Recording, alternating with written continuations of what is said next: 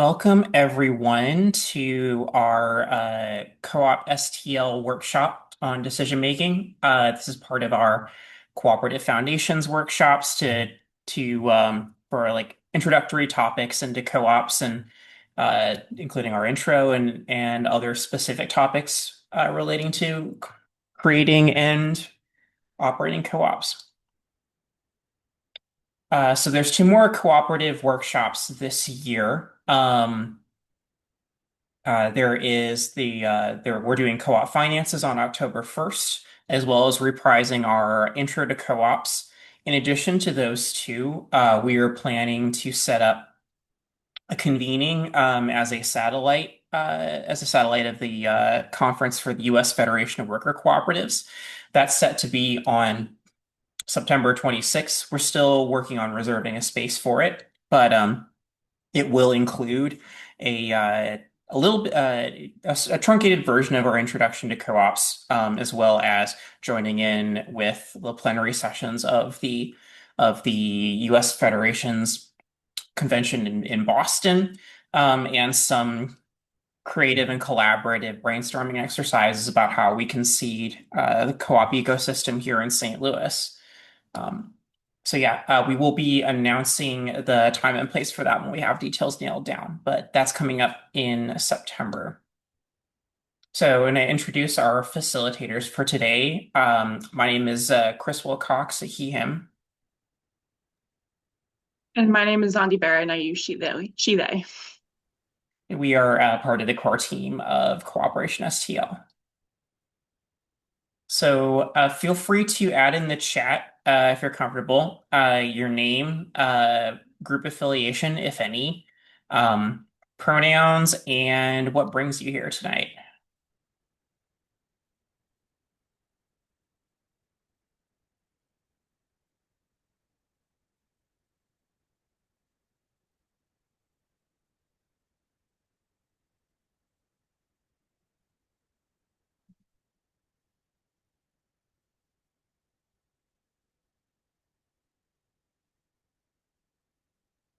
From Phoenix, offer artist formerly known as George. Any and all, just want to learn more about co-ops. Awesome. Thanks for coming.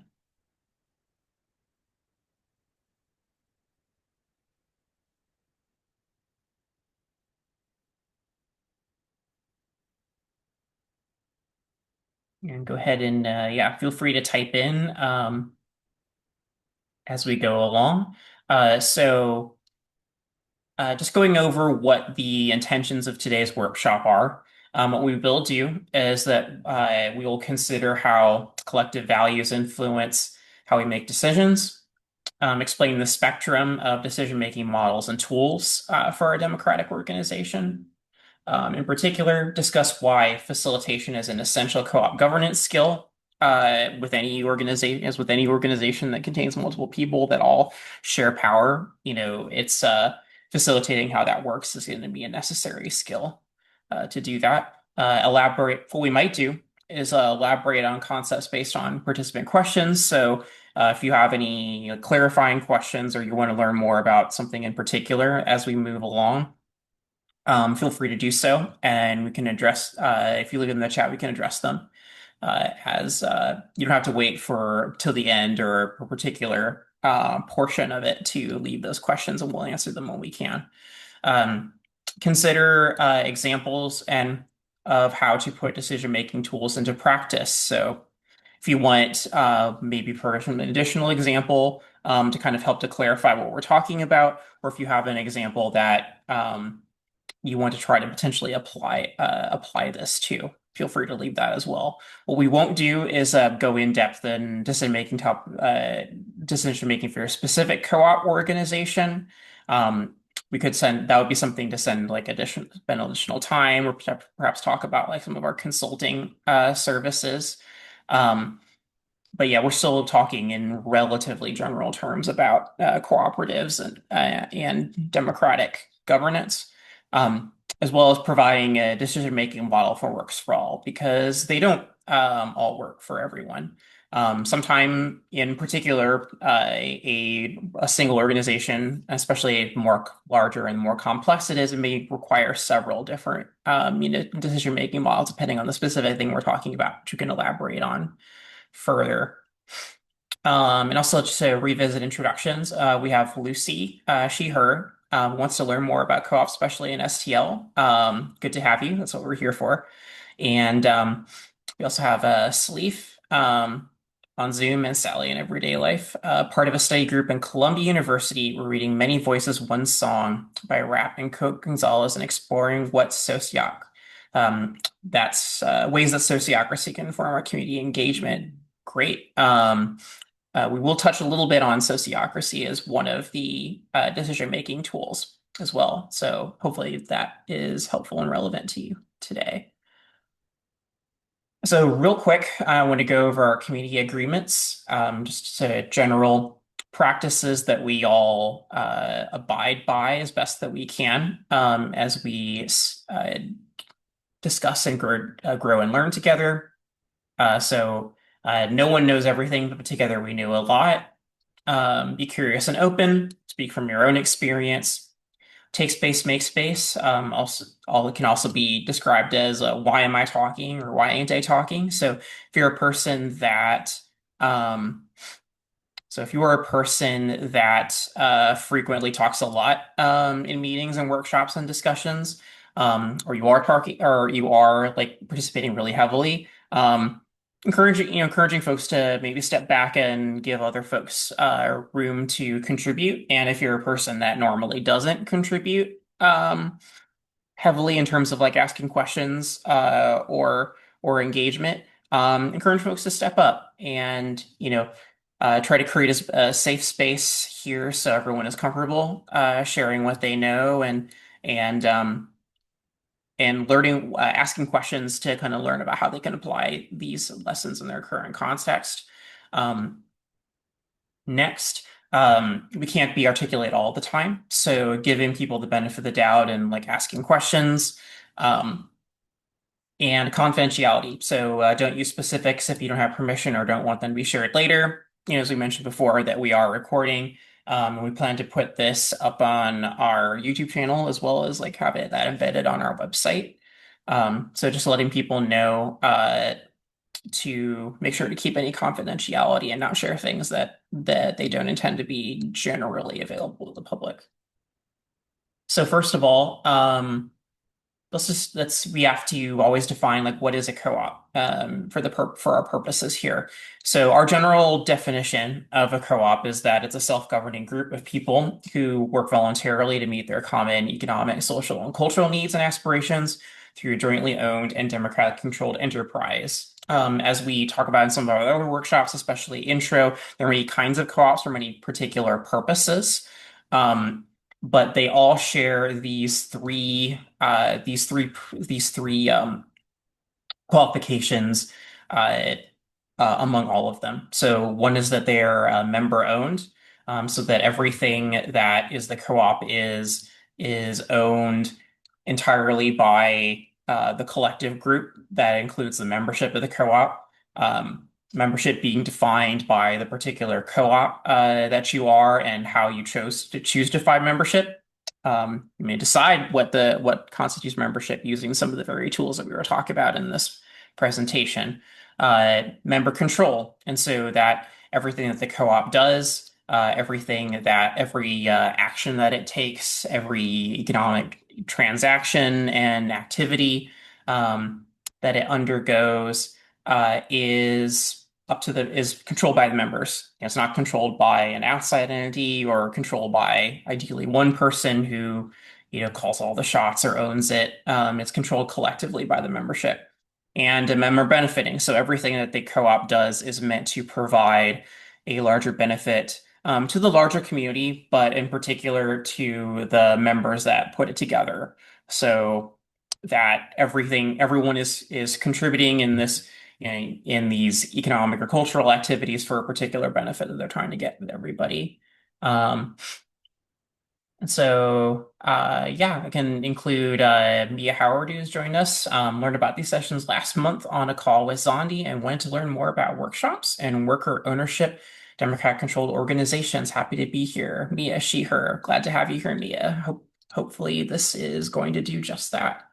Um, so some vocabulary for today's workshop. Because we're going to be talking about some like more specific aspects of how co-ops are run and what are the different tools that we use. And we talk about these specifically in the context of co-ops, but also like alluding to Mia's comment, some of these tools and skills will be useful for any democratically controlled organization. So. These are all things that are to help people make decisions with each other to manage like tensions and conflicts. The first of these terms is a decision-making model. So describing the method that the team will use to make decisions. And so that that there's a variety of those that we'll get into in a little bit more detail. A decision-making tool is a technique, exercise, or process that make choices more equitable and transparent. So we undergo particular practices to make sure that these decisions are in fact democratic and they get the input in the way that they are intended. And tensions, so value neutral opposing forces that come up in our work. As with conflict in general, these are not necessarily bad. Tensions can bring up perhaps problems that are unaddressed, and give you opportunities potentially to serve your mission and to serve your values better. And so we know that like tensions are always going to come up in an organization that is run with the between multiple people for common purposes.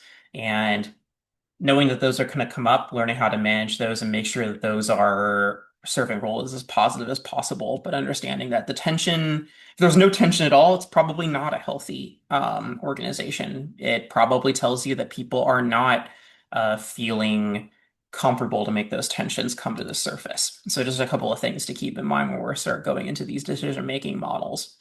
So the first thing we want to talk about in terms of making decisions is thinking about the decision making and how that serves your values. And that includes the values of, are you practicing your values in the process of making decisions? Democracy, for instance, this process that we're using to make decisions actually leaving it open for everyone, or particular people dominating from due to due to imbalances that are either explicit or implicit. And also, the outcomes of the decisions are meant to serve certain values. And so, are the decision making process, as well as is the outcome of the decision making process, the actual decisions that they make, are they serving the values that you intended to uphold through this process? And so, if we're focusing specifically on the member control aspect of cooperatives, so decision making and governance are how that looks in practice. How do you include all of the membership? How are the memberships able to exercise the authority that they are supposed to have? And how do they contribute to the decision making process and that they maximize the benefits that they are seeking for each other? Decision making is the core of what makes a co-op in the first place. The decision-making models we choose when combined with organizational governance determine how power is distributed both formally and informally. Particularly if you've ever like been in like, if you've ever taken any course in political science, like power is like, it's what determines what the actual outcome is of anything that an organization or institution does. And if you're building a co-op, which implicitly means that you are trying to do this in a way that is democratic, in a way that is collective with other people, that the benefits accrue to the people, the collective as a whole, um, in exchange for what they put into it. These are really important things to think about and to formalize as much as possible. And so we always revisit the cooperative principles and values. Um, these are enshrined also in the international cooperative principles, historically based on like the Rochdale cooperative principles.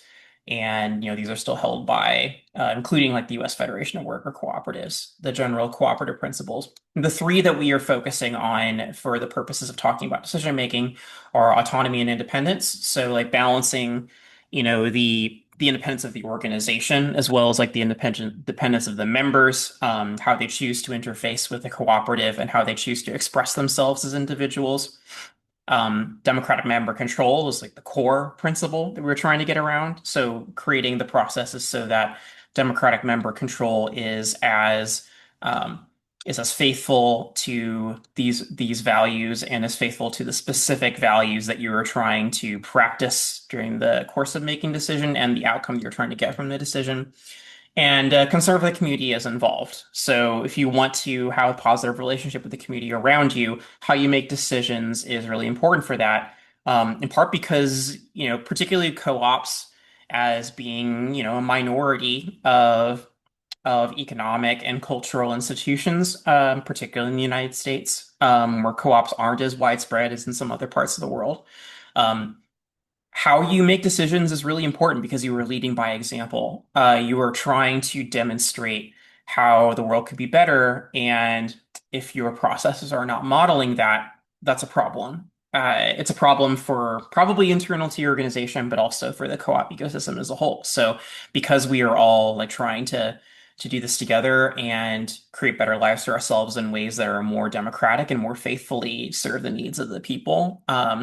Practicing those in public, to the extent that obviously not everything in your organization is public, but to the extent that any of it is public facing, it's important to model those behaviors and those values. So, grounding decision making in those values. So, collective values should be so set the boundaries of decision making practice. And so, what does that tell us more specifically? So they tell us what lines we won't cross, what things we won't do, either in the course of reaching a decision, or in what kinds of decisions we never want to make. What is an outcome that we never want to be that we never want to be at the end of anything that we do as we act together in the co-op. It determines if and how we weigh different voices in decision making. So, how did you choose to allocate authority? Is that way of allocating authority concrete? Is that written? Um, and how do we weigh differing interests if there is any conflict in the interest between members or interest with the co-op and the members or the interests of the co-op interfacing with the outside community that it's a part of. Um, and how do we respond to tension inherent in decision making? We are not all the same. We are human beings who have we have our own individuality. And that's a beautiful thing, especially when we're talking about people bringing different skills and experiences. But of course, that's inevitably going to make differences, and those aren't inherently bad. They can be, in fact, be very generative and healthy for the organization. So, how do we manage that tension and make sure that we avoid really bad outcomes and that we have a positive outcome as much as possible? So, I'm going to leave a little bit of time to if you're thinking to type what you're thinking about in terms of which values do you notice yourself centering when making decisions with your friends, your families, or community? What is guiding um, either your process for making decisions or what are the values and criteria you're using to make decisions?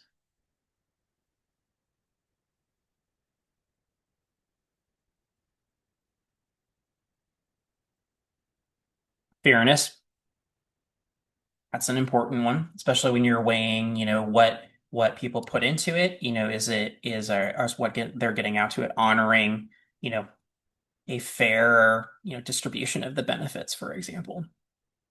It's an important one.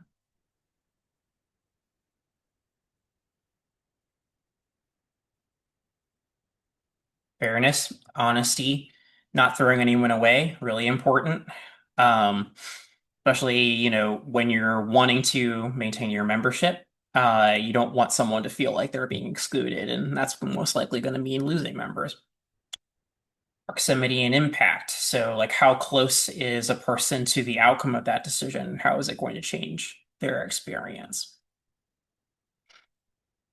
Yeah, if you think any others before we get to the next part, feel free to share them in the chat.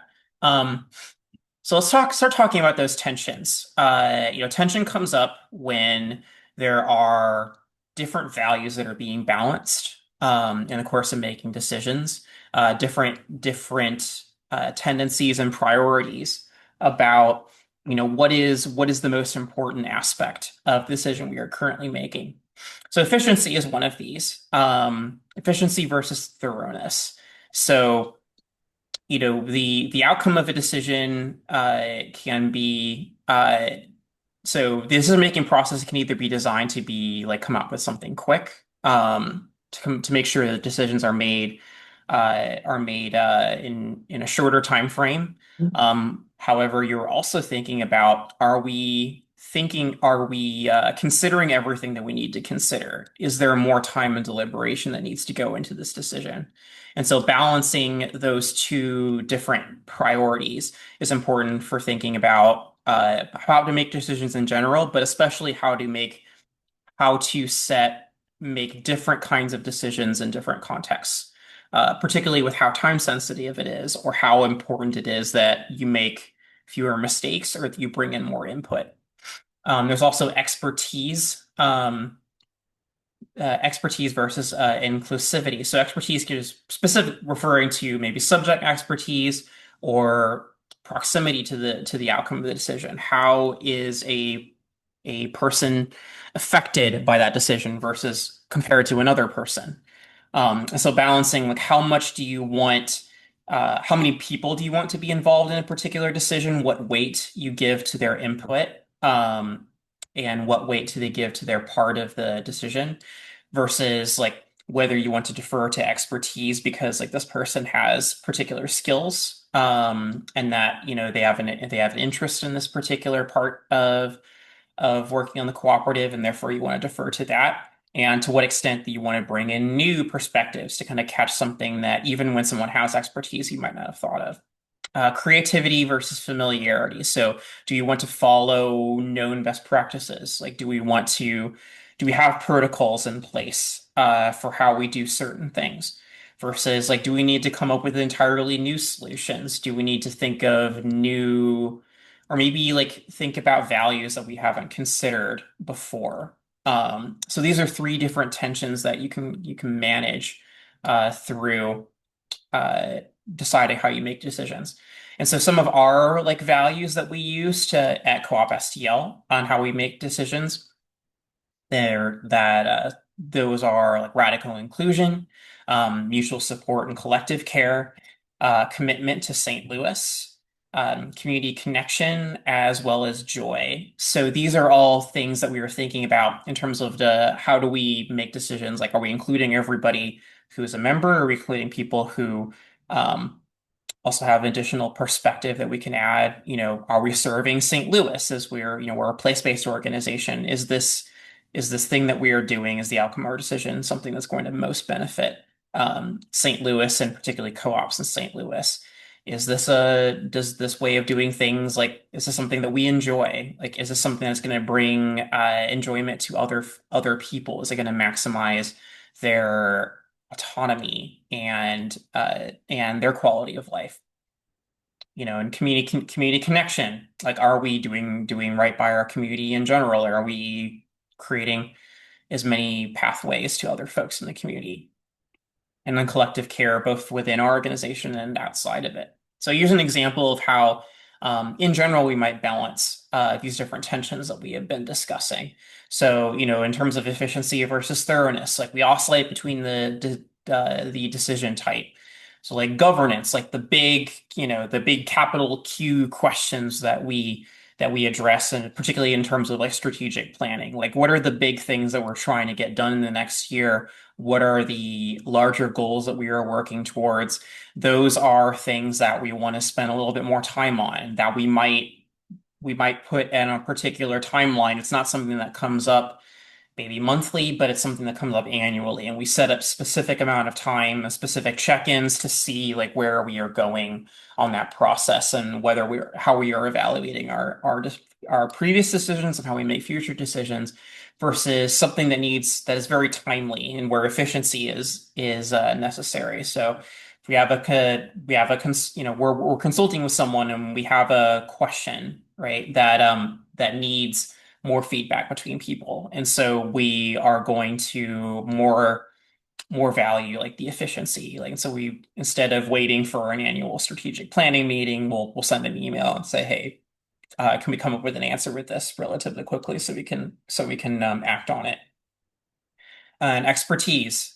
And so, we want to hear from all stakeholders, but we value proximity to the issue. And so, especially with our current numbers, with what we see as like the current environment in St. Louis, we value decisions. We value who is most affected by the decision and who can bring the most expertise, um, while still holding that we want inclusivity. So to the extent that we want folks to be able to kind of add their input, and make sure that we are, able to hear from someone who maybe has a different perspective based on a problem that's come up.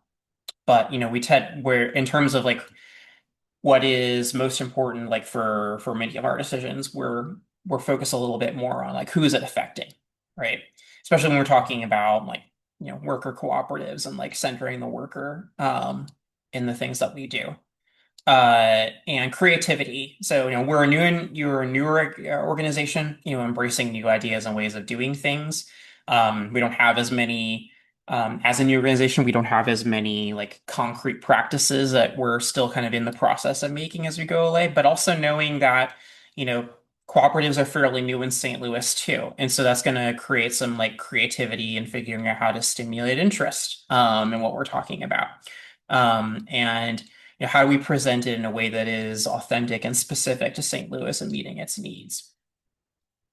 So if you feel free to type in the chat, where do you think you feel like you might fall along, on these spectrums of tension and decision making?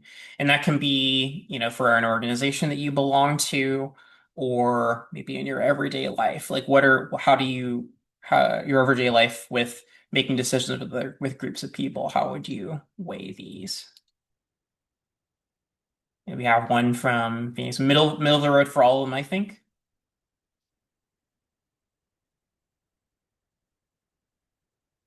Yeah, particularly when you're talking about like different decisions, there might be some that one of these values that are in tension are a little bit more important than others.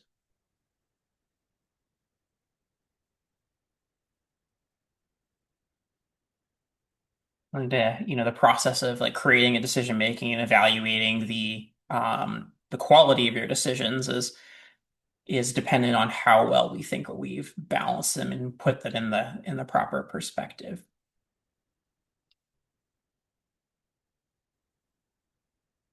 So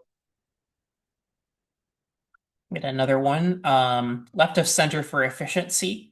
A little bit more on efficiency rather than thoroughness. Right of center for inclusivity. So making sure that inclusivity is a little bit more, depending on the context that's being designed. And impacts where fall on, um, creativity continuum. Yeah, these all affect each other. So yeah, if in for a particular decision, like if you're valuing inclusivity, like that's going to determine like, yeah, like how much you want to focus on like creativity or familiarity. Like if you're talking with someone who you're trying to include that is like new to the thing that you're talking about, you might be looking for more creative solutions or ways to kind of, give people new ways of thinking to stimulate the decision. So those are all good considerations. Um, so decision-making models. I'm going to go through on the top level. What are some different ways of making decisions?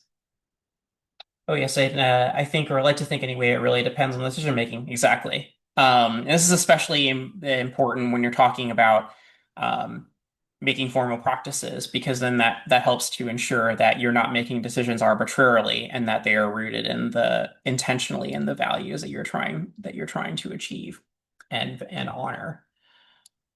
So why define your decision making models? So there's different thing there's so these are some of the different reasons that the particular model you're using for decisions, either for decisions in general or for a particular decision that you're making for your group. Clarity. So like avoiding the ambiguity of like who is responsible for which decisions. I'm sure we've all had school group projects. So, we've all had the situation where we're not quite sure whose responsibility a particular a particular aspect or a particular task. And so we think in advance about how to make our processes clear to everyone so that there is as little confusion in terms of how we're actually making these decisions together as possible. There's also trust, and so building working relationships that allow members to rely on each other's contributions and that they know that their contributions are valued. So we're making sure that, because like the quality of your decisions and the process of making decisions are always going to benefit from building more trust with folks. It's one thing that definitely cannot be replaced. It can only be built through experience you have with other folks, either inside the cooperative or outside of it. And the best way to make sure that you are continuing to make decisions in ways that are optimal is that you trust other people. Because ultimately, the both the yeah, as part of a co-op, you're not doing everything. We organize things in this way because one person can't do everything. And we can't be 100% involved in every single decision, especially as the organization grows or becomes more complex. And so building that trust is really important to making sure that there aren't misunderstandings or that there aren't imbalances of power that are arbitrary or or you're creating tensions that aren't as helpful in the process of making decisions. And then efficiency, like having the right amount of deliberation and consultation to make decisions that are timely, being able to set aside the necessary amount of time to make a good decision and make thoroughly consider all of the elements involved in that decision, as well as how to make them on a timeline that is necessary for the functioning of your organization. So in terms of models for decision making, this so majority rule is, what probably most people will be aware of in terms of any kind of democratic decision making process. Um, and so the idea being, if a majority of the members, the people who have the authority to make decision, approves of it, then that is how the decision is made. Um, the benefits of this are, I think, probably fairly obvious. Some of them are fairly obvious. They're familiar, at least in form. I think we've all kind of noticed areas where it seems like it's meant to represent the majority opinion, but may not in practice. But the basic idea is that we are making a decision that the most people agree with, that benefits the most people. And so that's a fairly familiar balance of values in that regard. And the fact that most of the group agrees. So, you're fairly confident that, this is the decision that most of the people that are members of your organization approve of. The downsides, potentially that the decision making is shallow. So like if for instance your only interaction with this decision is like a final vote, maybe you weren't involved in writing, the process. Maybe you weren't involved in considering the question at hand. If it's up entirely for majority vote and that's the last contact you have with it, that can mean a fairly shallow level of participation. And so you might want to think about like, is this question taking enough input? Do we want to put the scale a little bit more towards inclusivity in the way that we're doing this? As well as like people may feeling unheard, especially if someone is frequently on the other side of the decision. If they tend to vote in ways that, they're almost always defeated, or they feel like, And it can create a systemic problem where there may be a bias happening, or there may be an informal differential of power in which a group within the organization that is a minority, that share, and especially if they share certain traits, um, or certain like or face certain structural injustices, that maybe their needs aren't being properly heard, even if they are, by the numbers, a minority of this particular organization. And that could create a very serious problem. I think for reasons that are pretty obvious, but also because like that leads to potentially more conflict down the road if it's not properly addressed. You might be thinking about, what are some other ways of making this particular decision, to make sure that those kinds of systemic biases may not occur. Um, so another potential model that folks may or may not be familiar with is consensus.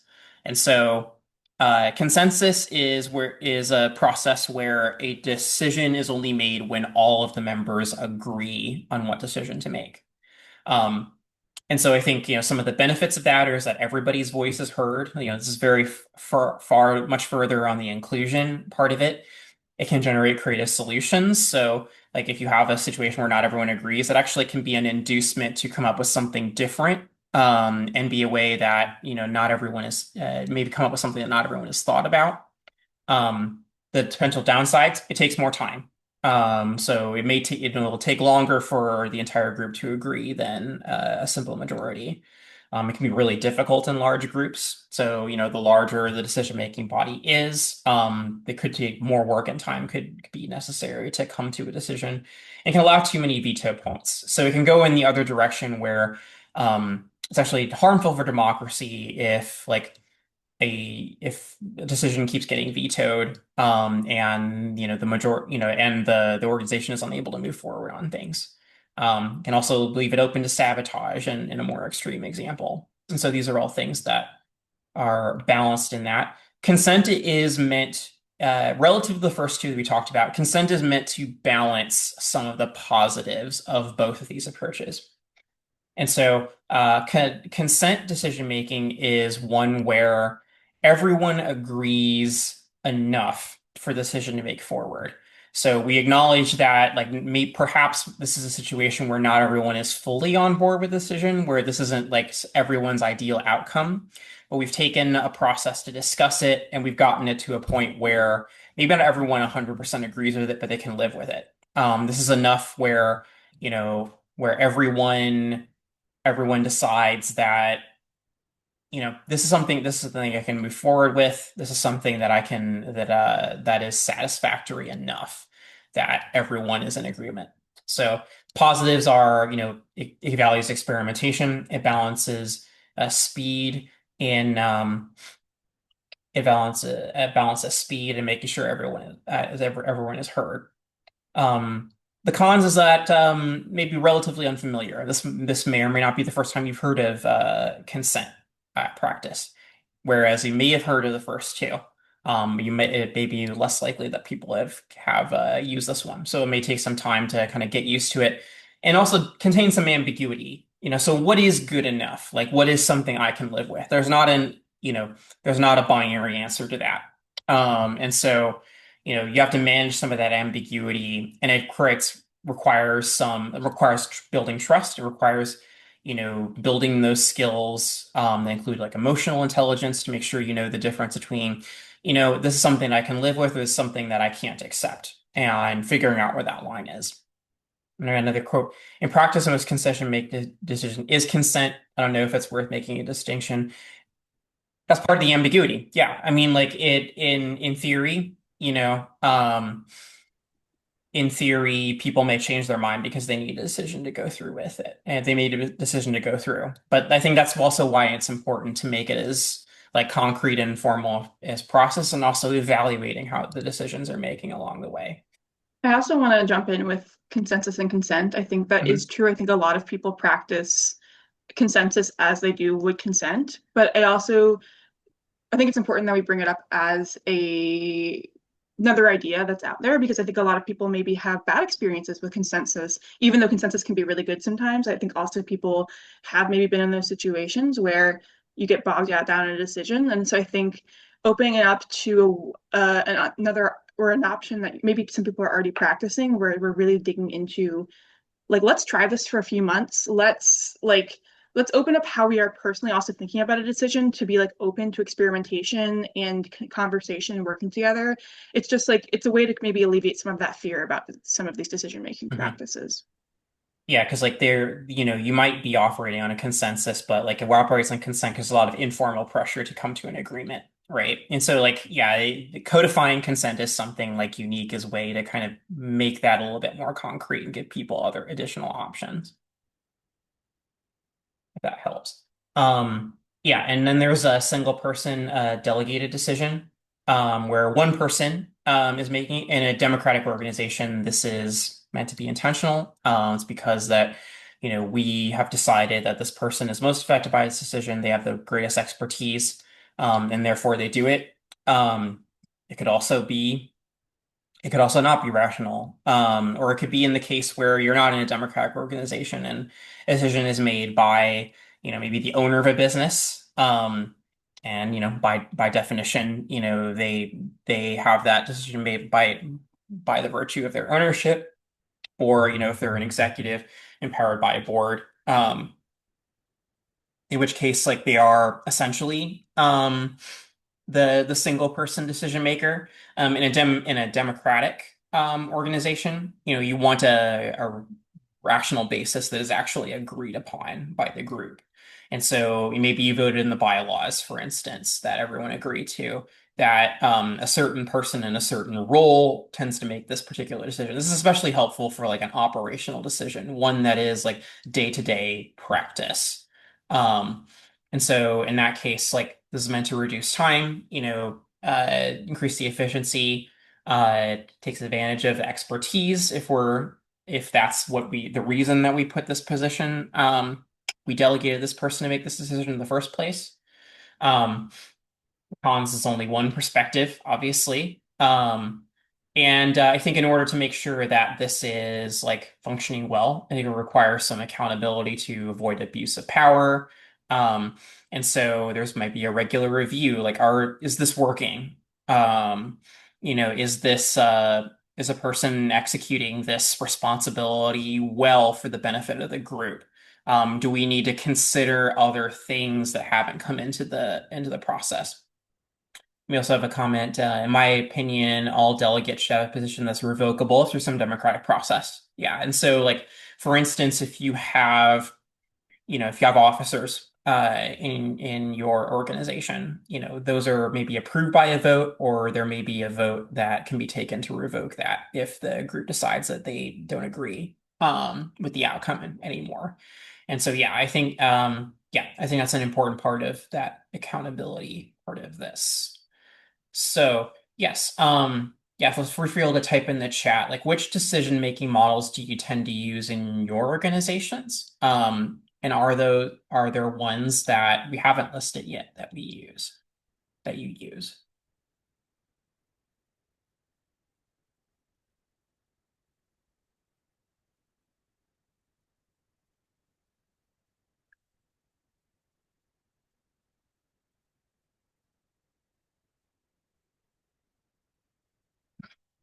Majority single person? Yeah. Yeah, I think informally, majority is like the is how things are supposed to go in a lot of ways. And also like on the other side, particularly in our economic lives, a lot of decisions are made by a single person.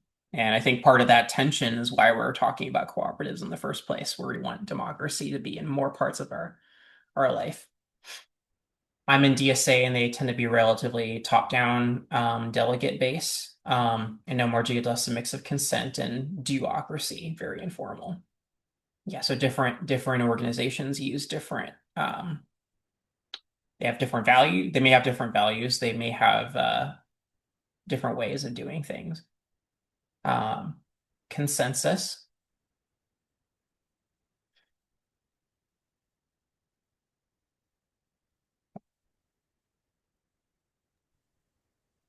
Awesome. Well, we're going to move on now to talk about some decision-making tools, and I will guide us through some of the tools that we use at Cooperation STL and think are useful, and want to share as useful practices for making decisions together. Next slide. So a few of the things we're going to talk about as far as tools are decision-making charts. Another example of that is Darcy. They can look similar or different, and we'll talk about, the differences and similarities between the two. Different discussion styles, and this ties with facilitation. So as someone is facilitating a meeting, there might be different ways that they move the group through the discussion, and these might favor efficiency versus getting more voices in the room. And it really depends on, the goal of the discussion and who's in the room and how familiar you are with each other. And one other tool is fist to five voting, which is another facilitation tool as well. Next slide. So what is Darcy? Darcy is a type of decision-making chart where you list out the decision makers, the accountable parties, the person who's responsible, anyone who's consulted, and anyone who's informed on a decision. And this is a really clear way of figuring out like the projects and decisions that we're making together. How do people know what power they have? Are they just going to be informed? Are we just going to be consulting them? It's a really clear way of laying that out. Decision makers should be a short list of people.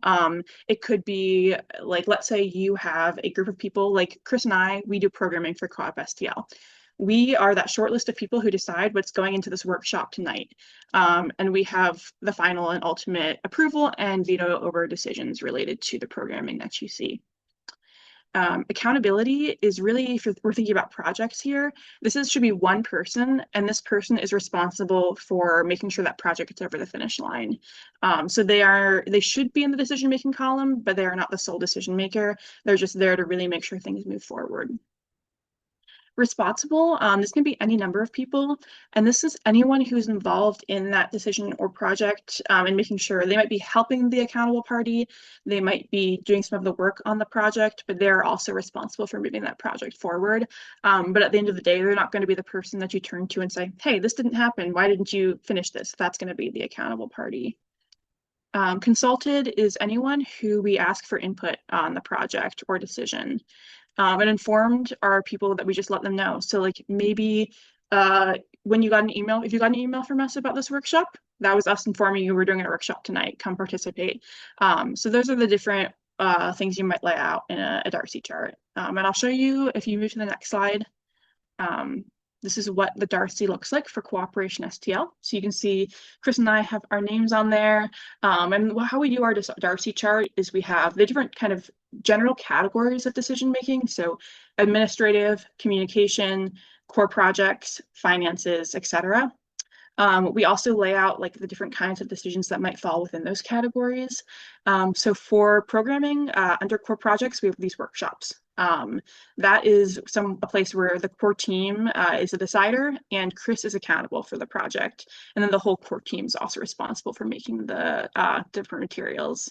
Under admin, bylaw creation and maintenance and compliance is something where, again, our whole core team is the decider on that. We want to make sure that everyone is represented, but I am accountable to that, making sure that that moves forward. I'm also the responsible party as in bringing everyone in. And then I'm, asking Chris and Jenny what they think as we go before we make that final decision. So this is just a really clear way as you're thinking about all the decisions you make in a group, how are you laying it out? And then once you have that, it's really clear to people, how they're involved in the different projects and decisions that you're making at your organization. Next slide. Another way you can do a decision-making chart is thinking more about these decision-making models that we talked about. So you might decide that there are some decisions that you want consensus for, and there are some you want majority vote or consent. And you can also lay out the different parties that are involved. So in this example, we have approving the budget. In this theoretical organization, the board is going to be the final decision maker on that, and they're deciding by consensus. So this group of people, maybe it's 5 people on the board, they are going to be making that final decision, and everyone in that board has to agree to the budget. but maybe there are other members and their input is taken into consideration when making that decision, but they're not going to be, part of the final decision-making body. And this is another useful way to really lay out with clarity how people are involved in the decision-making process. And it's a way that you can mix and match these different decision-making models. You might decide that we as an organization really value consensus. Like that is how we generally want to operate, but consensus doesn't make sense for every single decision that we're making. And so that's when we decide like consensus is for the big decisions, for the budget, for our strategy, for our hiring policies, maybe. But we're going to hire that person. We don't need all 60 people who are part of this organization to hire that person.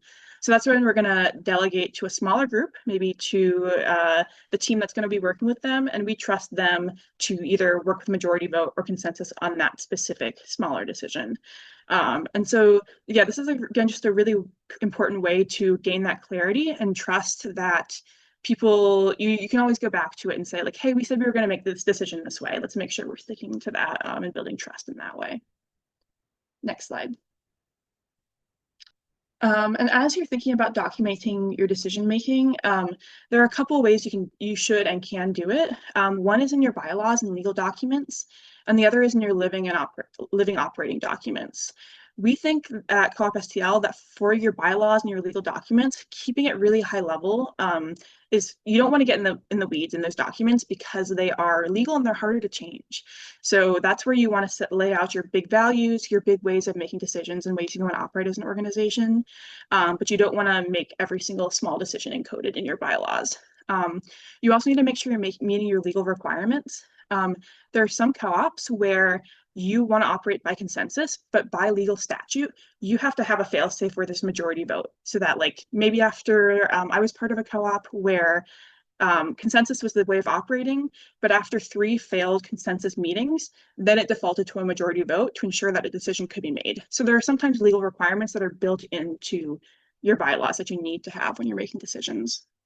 And it should be mostly focused on membership and governance decisions that you're making, not on the smaller operating decisions. Your living operating documents, these can be changed at any time, usually by you use your decision-making practices that you decide on to make these changes. But this is not like a legally encoded document, and so they can change. They're really flexible.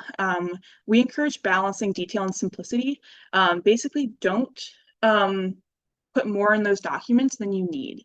Once you kind of get it to a barrier where you're like, we should probably write this down, that's when you put it in there. But up until that point, we kind of encourage some simplicity and flexibility.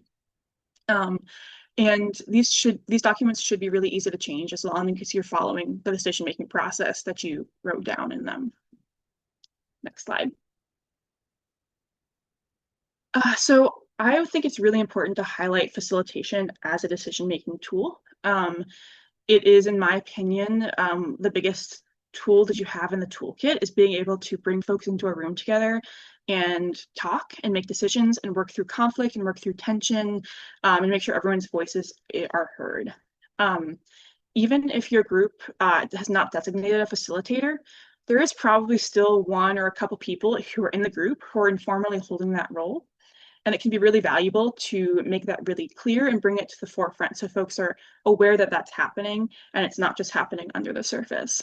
Facilitators are really important to ensure that all the decision makers in that room are heard, that there are voices that are not either dominating the conversation or falling back in the conversation, but they're also there to make sure that the process moves efficiently. I think we've all been in meetings where maybe one person takes the mic and kind of derails the conversation. And it is the facilitator's job to make sure that while that voice is being heard, that we're coming back to the decision at hand and that it's a comfortable space for everyone to be in. And so facilitation, it's a practice. I consider myself a above average facilitator, but it is a constant learning process. I'm trying to gain new skills. Every time I get in a room and I'm facilitating, I'm learning something new. And so I think it's really important that everyone start to gain these skills and practice it where they can, but it's like an ongoing process. None of us are perfect. We're going to have those meetings where we come out and we're like, I facilitated that so poorly, but it's another way that we can learn, and we also give each other grace as we are practicing decision making together. Next slide. So some considerations for facilitation as you are thinking about decision making is how skilled is your group and or a couple members of your group at facilitation? Is this something that you're all trained facilitators and you're facilitating each other through the meeting? Or is it something that's really new to you and that's a practice that you maybe need to build and give each other grace and kind of grow into? Um, are your facilitators also your decision makers? Oftentimes, especially in our horizontal organizations, the person who is facilitating that meeting is also going to be a decision maker. And thinking about how that dual role gets practiced, it can get really complicated because facilitators are trying to ensure that everyone is heard, but they might disagree with someone that they're trying to make sure is heard. And so that's a constant thing to be thinking about is how are we practicing these dual roles? It's never easy, but I think it's really, I've had some really rewarding experiences where I have been in both roles at the same time. Um, and then the last one is, are you rotating the role of facilitator? So this could be, maybe you have one or two people who are very skilled at facilitation and they always kind of, you fall back on them to be the facilitator in your meetings. But it might be worth thinking about training up new facilitators into the group and really sharing that role around and giving opportunities for folks to get that practice. Next slide. So there's an organization, a national organization called AORTA that I really love for a lot of the resources they give out to the co-op and kind of horizontal organization community. And they have some facilitation tools for decision making that they really emphasize. For supporting full participation, they encourage opening multiple channels for participation. So in this workshop tonight, that could be the chat, that could be open discussion. Some people might do a lot better with kind of talking back and forth with each other. Some people might do a lot better if there's a way that they can kind of reflect internally and then maybe share out quietly. So making sure there's always multiple ways that people can participate based on how they kind of relate to conversation is really important. Make your participation right-sized. So that basically is making it easy to participate. So that, I don't know if you've kind of noticed as we've been talking tonight, but a lot of our questions have asked for things that you personally do, things that you notice. And so it's really creating that space that makes it easy to participate. Some other ways to do this is just asking for one or two things, giving people a few options to decide between, asking for one-word responses, or asking folks to just make a list imperfectly and then share that out. But just really giving folks, not making it too hard to get into participation.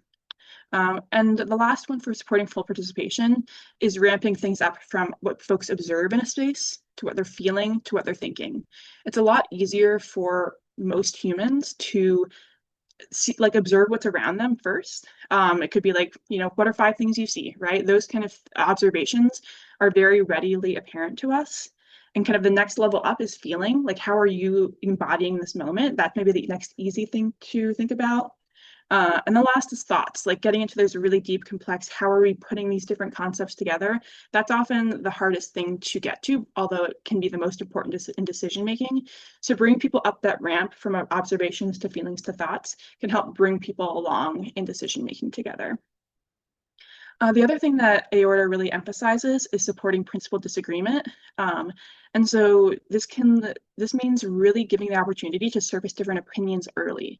So this is not saying like, hey, we have this huge 50-page proposal that we want to vote on tonight, and that's the first time that anyone in the group has the opportunity to disagree with that. We're saying, let's talk about this as soon as we're creating the proposal, give folks time to think about those different options, and we can work through it a lot earlier on.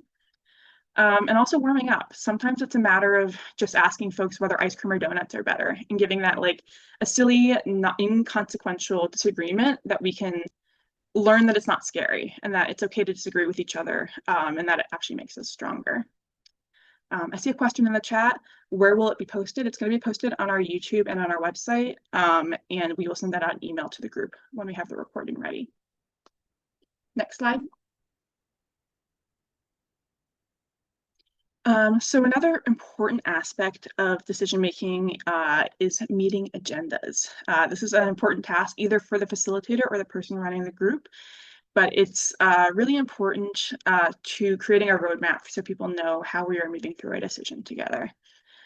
They can be really simple. It can be just like a list of bullet points, or it can be really complex and have we're going to do this decision making activity and then we're going to process it in this way. It really depends on the meeting and the facilitator. But an agenda is almost always necessary in meetings that you're going to have. And they should always include the goals for the meeting. What are we trying to get to by the end of this time together? And what is the process that we're going to follow to make that decision together? So we all are on the same page, can move through it clearly together, and really know what we've got ahead of us. Next slide. So we talked a little bit earlier about the different ways that you can move through a meeting. I'm going to talk about a few of those options now. One is rounds. Rounds are a really structured way of moving through a group for a decision. So instead of having, a free-for-all popcorn conversation, this is we're saying we're going to move maybe in a clockwise, around the room in a clockwise way. Everyone has a chance to either say their part or pass if they want to, but it makes sure that, if someone is quieter, it really kind of allows them to get that space in where maybe they wouldn't in an open conversation. It can also help limit people who tend to talk more because you can say, hey, folks, we've got 2 minutes per person. That's going to be it. And it helps really move through the space in a way that allows more equitable participation. But it's not always the right option. So we're going to move on to the next slide, which is open discussion. And open discussion is what we maybe are more commonly exposed to, which is a more free conversation style where ideas kind of bounce around. And I personally find myself using rounds a lot and then discovering that open discussion was actually the right option. Rounds can be really useful for moving people through things, but they sometimes can stymie some of that kind of free-flowing creative energy that you get when you kind of bounce ideas back and forth in the space. And I think open discussion really does tend to work best when everyone can trust that they're going to be heard and is given that space to share. So it's also really important in these open discussion spaces, if you're noticing someone being left out, that as a facilitator, you're jumping in and inviting them into the conversation. Next slide. And the last way that I would encourage you to think about kind of facilitating conversations is having sticky note brainstorms. And this is a process where you give folks maybe 5 minutes to really download all their ideas onto some sticky notes. And then you put them up on a board and you start grouping them as a group. And this can be a really useful way to, again, give that multiple avenues of participation, giving folks a space if they are quieter to write their ideas down and make sure that they're still up and on the board. This tends to work very well, again, with brainstorming ideas. And it also allows time for that deeper thinking. So maybe if you're giving some folks 5 minutes, they don't have to have ideas right on the spot. They might write an idea down and then 2 minutes later be like, get to a new idea as they're brainstorming. And I see, Mia, you said my favorite. I also am a personal huge fan of sticky note brainstorms. You can see up here, we've grouped these different ideas about decision making. Some folks brainstorm consent, so we grouped that. Efficiency, in-person and connected. So I think it's a really useful tool when you're facilitating conversations and decisions. Next slide. And one other tool that we think is really useful is fist-to-five voting. This can be used in both consensus and consent decision-making and also as kind of gut checks. And it's really just a quick way to pull how folks are feeling about a decision or about a decision-making process. So it's using your hands, you put a number up, a fist or 0 is like, I really disagree with this, or I am not feeling comfortable in this space. A full 5 is saying like, I'm totally on board. This is my favorite decision. And there's kind of a gradient between. So we tend to think, 0 to 2 is kind of like a lack of consensus where people are really not feeling a decision, whereas 3 to 5 is like, 3 is kind of like, I can live with it. 4 is like, it's not like my perfect option, but I'm like feeling really happy to move forward. And so this can be a really quick way to kind of gut check how folks are, and you can use it to help move decisions along before you get to that final decision making at the end of the day. Next slide. So thinking about facilitation as a process for decision making, do you have any feelings that come up for you when you think about facilitating decision making meetings?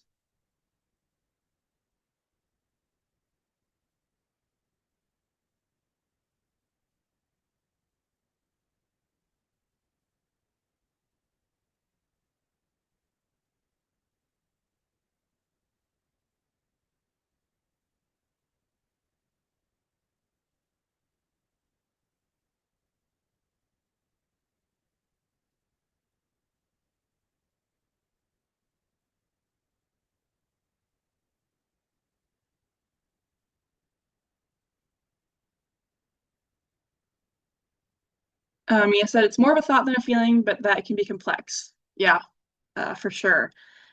I think for me, when I think about facilitating decision-making meetings, like sometimes I can feel really confident going in, and then come out of it and be unsure about how I facilitated those meetings. Lisa says, I'm not patient. That is a, continued, I get skill that we're always going to work on. One practice I like to use when thinking about patience is like just even counting in your head can be like a useful way to allow yourself personally to take a step back in that process, especially when you're facilitating. We have Phoenix saying neurodivergent people are often excluded in conversations, sometimes because they're too quiet or sometimes because they're too talkative or have greater attention needs. This is definitely true, and I think it's why it's really important to offer those multiple opportunities for engagement. And I also think it's really important, if you have the opportunity before you make decisions, to know what people's needs are in those spaces. Again, facilitation is always a work in progress. We're never going to be perfect, but the more we can try and meet our needs in those spaces and create spaces that allow for everyone's needs, the better decisions we're going to have. And so if you're working with a group that works together a lot, makes decisions a lot, and can get those practices in place before you make decisions, it can be really beneficial and useful. And Davika says anxiety about keeping focus for the group to move forward. For sure. Sometimes you're like looking at the clock and you're like, we've spent 20 minutes longer on this decision than I had budgeted in my agenda. And that is a real anxiety and feeling. And it's one of those practices that we continue to work on and develop and think about how we can either readjust our agenda or sometimes we just need to move through. And so figuring out those judgment calls is another kind of practice for facilitators as well.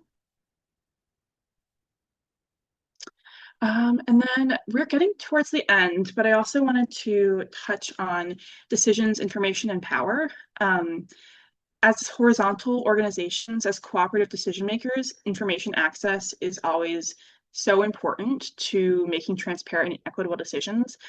People cannot make decisions if they don't have the information they need to be part of that process.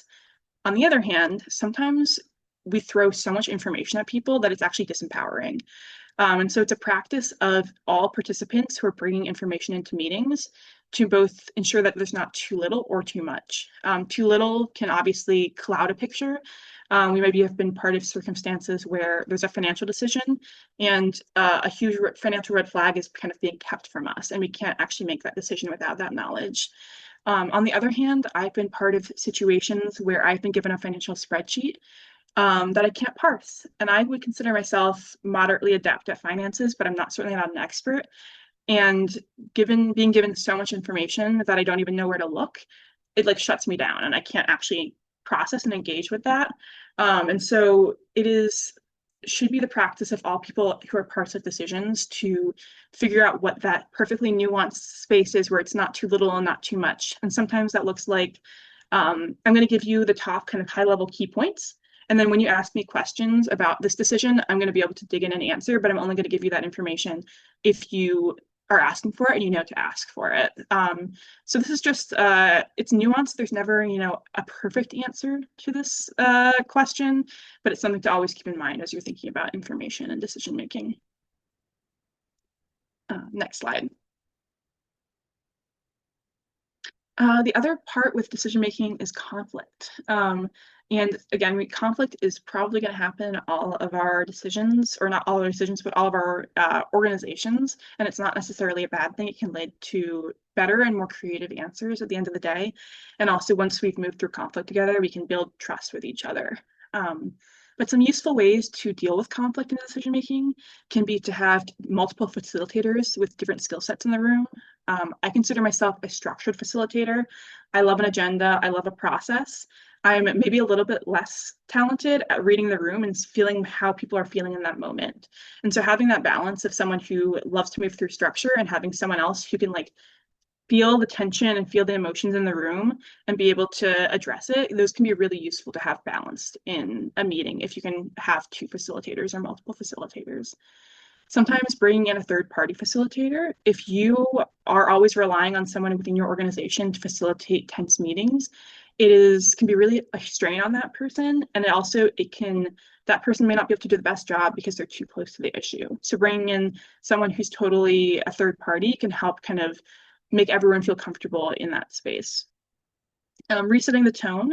So thinking about the values we talked about earlier, it can be really useful to remember why we're here together, the core values that we share. And so if the disagreement is about XYZ issue, but we realize that we're interpreting our values differently, we can kind of come back to that value and see how we're processing it differently. And that can help us make decisions and work through conflict.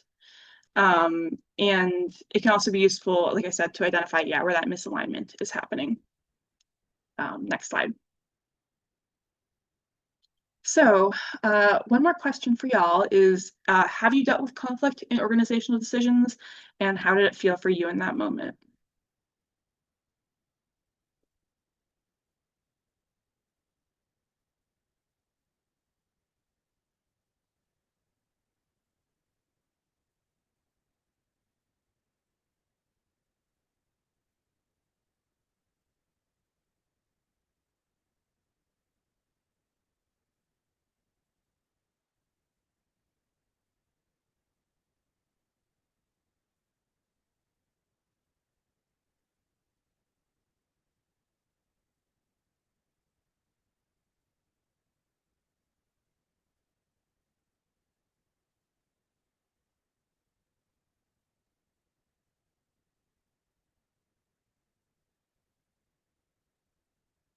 Mia says disempowering, especially when how decision making happens changes without context or for nefarious reasons like power hoarding.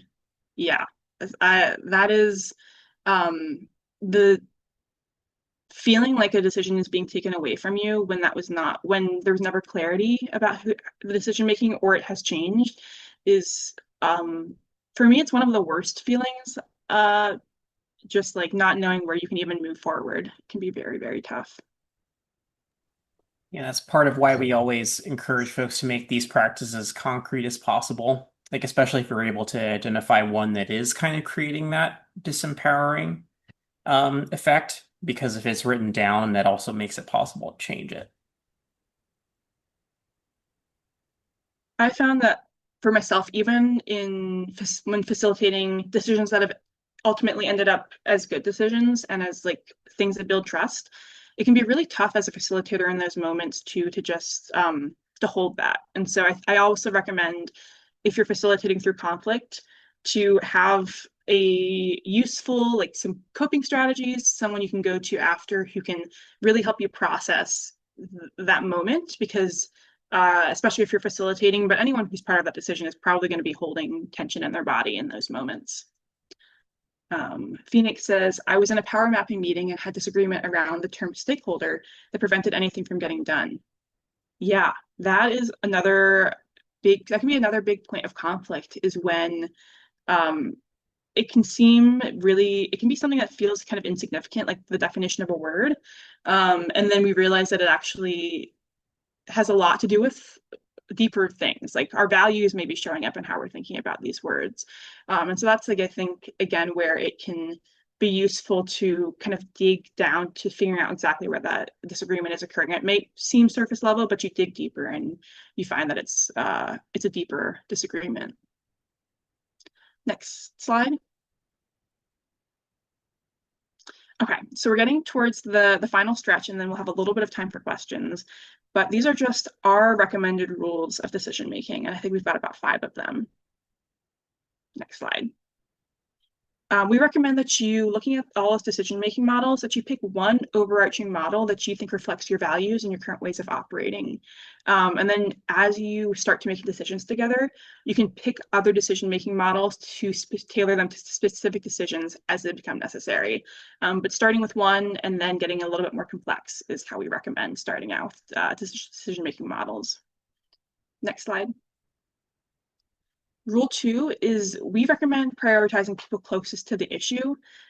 This could be an experience, this could be a knowledge, this could be the people who are most likely to be impacted.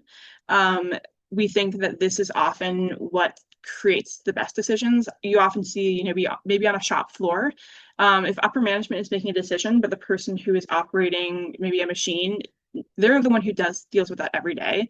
They're probably going to have a better idea of what should be done than someone who doesn't work with that machine every day. Sociocracy is a system for doing this because it really places you split your organization up into who is actually doing the action or doing the task, and those people are the ones who are making the decision closest to the issue.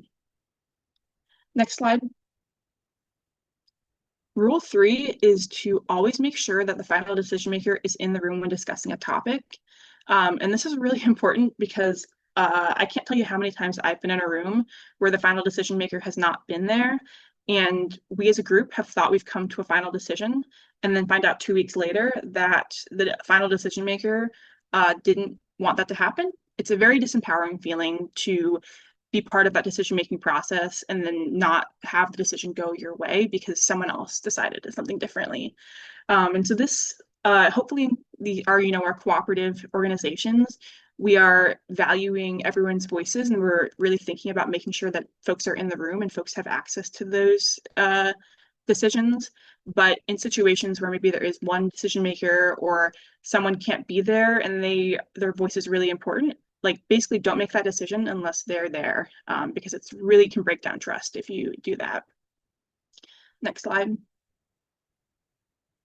Rule number 4 is to consult stakeholders and really value their opinions and expertise, but also be very clear to them that if they're only being consulted and maybe they're not part of the final decision. This kind of thinking about that last, it's really about building trust where if people know that they're only in a consulting role and they can really internalize that, it can help them know how they relate to that decision. But if you tell someone that you're taking their opinion to heart and then you don't go with it and they weren't part of that, they weren't in the room where that decision was made, you're going to lose trust with them. And so again, this is where clarity is really important. And it's really important to tell someone if they're just being consulted and they're not part of the final decision.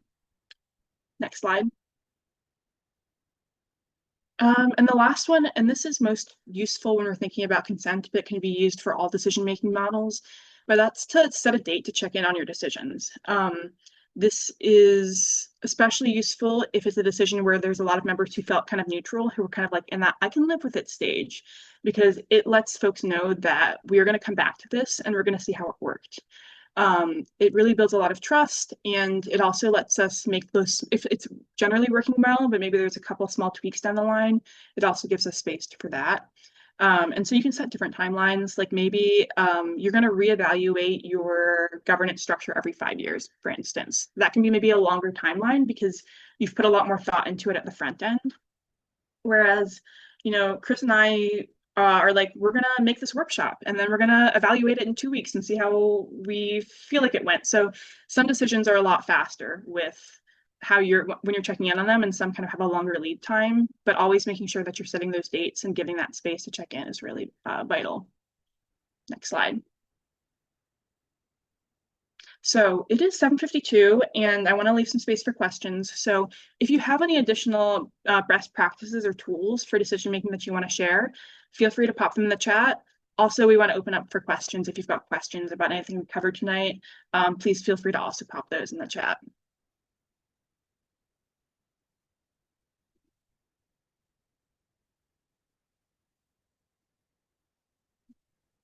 I had a question. I think it was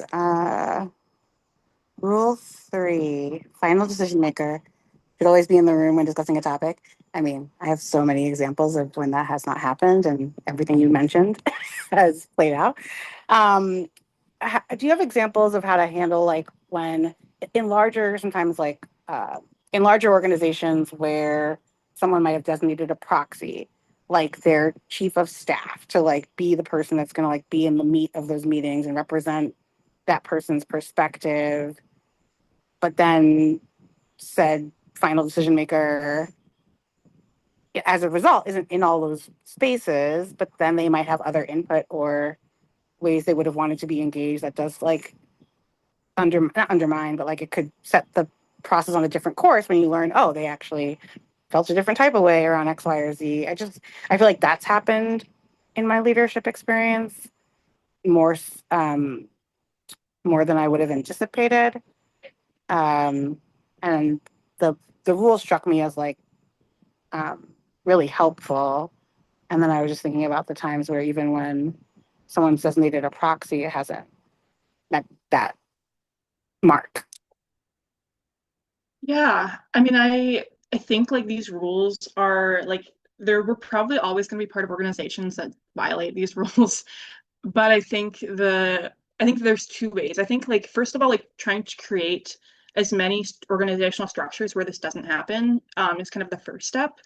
But knowing that inherently we're going to be part of organizations where that is not going to be the case and where someone is going to send a proxy, I think it's being very clear with everyone else who's in the space that this might happen, or that like um that final decision maker, like maybe that we're being very clear that like we're having this conversation or we're getting really deep on issues, but this is really still a room that's only a consultation room. And that at the end of the day, all this information is going to get reported out to someone who's not here, and they're going to have that final say. I think it's trying to build that clarity with all participants is important. Chris, I don't know if you have any other thoughts on that. Yeah, I mean, I think Phoenix had left a relevant comment, like structuring the conversation to have different types of input at different stages. So, like, yeah, if it's because there might be, especially in a really large and complex organization, that not everybody who's a decision maker can be in the room at the same time. Um, and so, like, thinking about like structuring, like, like maybe over time, like what kinds of input you're looking at and making sure it gets there. I think it's kind of relevant to the conversation.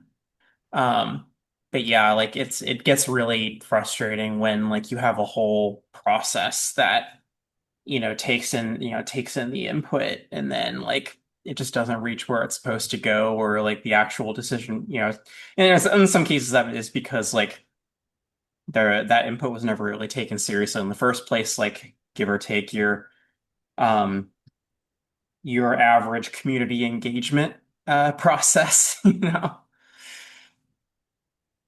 Yeah. Um, we have from Phoenix an idea of being subsidiarity, which is making sure that the ultimate control is vested in the smallest, closest unit, and it scales up only when required. Multiple stakeholders are involved.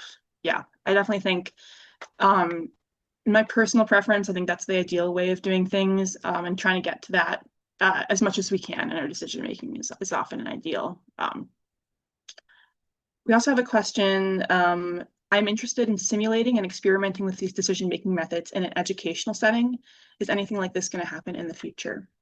We don't currently have plans for that kind of practice simulation, although we have done it in the past.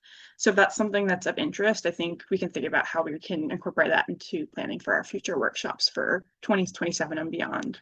Yeah, I think the main thing is like making sure there's enough interest because like we had some like practice sessions planned and not that many folks were showing up for those. Um so like yeah, I think it's a matter of like can we get enough folks together who are interested in this that would really benefit from it because there's not even if like you post it online there's not be much benefit for like a practice session if the people and if there aren't people involved who are actually doing it that are not us. Yeah, the facilitators. I'm going to move us just through our last few kind of informational slides, but if folks have questions they want to ask beyond 8 p.m., we'll be on here and we can continue to answer questions. Can you move to the next slide? So if you go on our website, we have a workbook that talks about all things co-op and kind of developing co-ops. So if you go to stl.coop/co-op guide, you'll find our workbook. And it is one of the first things we created. I'm really proud of it. So it's a great resource if you want to check that out. Next slide. We also offer consulting. So if you have a co-op or a horizontal group and you need guidance or a facilitator, we offer coaching and thought partnership, organizational research and design, private workshops. So that's kind of taking this workshop here or other ones we offer and tailoring it to the specific questions that your group has and wants to learn about collectively. And also group meeting facilitation. So if you need that third-party facilitator to help your group move through a decision, we can also offer that as well. Next slide. And then we talked about this at the top, but we have a couple things coming up on September 26th, which is a Saturday, most likely from 10 to 5. We're going to have an in-person worker democracy convening with a bunch of different programming. You can drop in for one part of the program or another, and that is currently posted on our Eventbrite, and it's going to get on our website shortly. But we really encourage you to come and invite anyone you know who might want to just be in community with other cooperators or worker democracy people in St. Louis. And then we have our co-op finances workshop on the 1st of October, which is a Thursday night like tonight, 6:30 to 8, and that's going to be virtual on Zoom again. Is that it? Do we have one more slide? That's it. So thank you so much for joining us tonight. If you have any other questions you want to ask, we'll stay on. But otherwise, we really appreciate you spending an hour and a half with us this evening.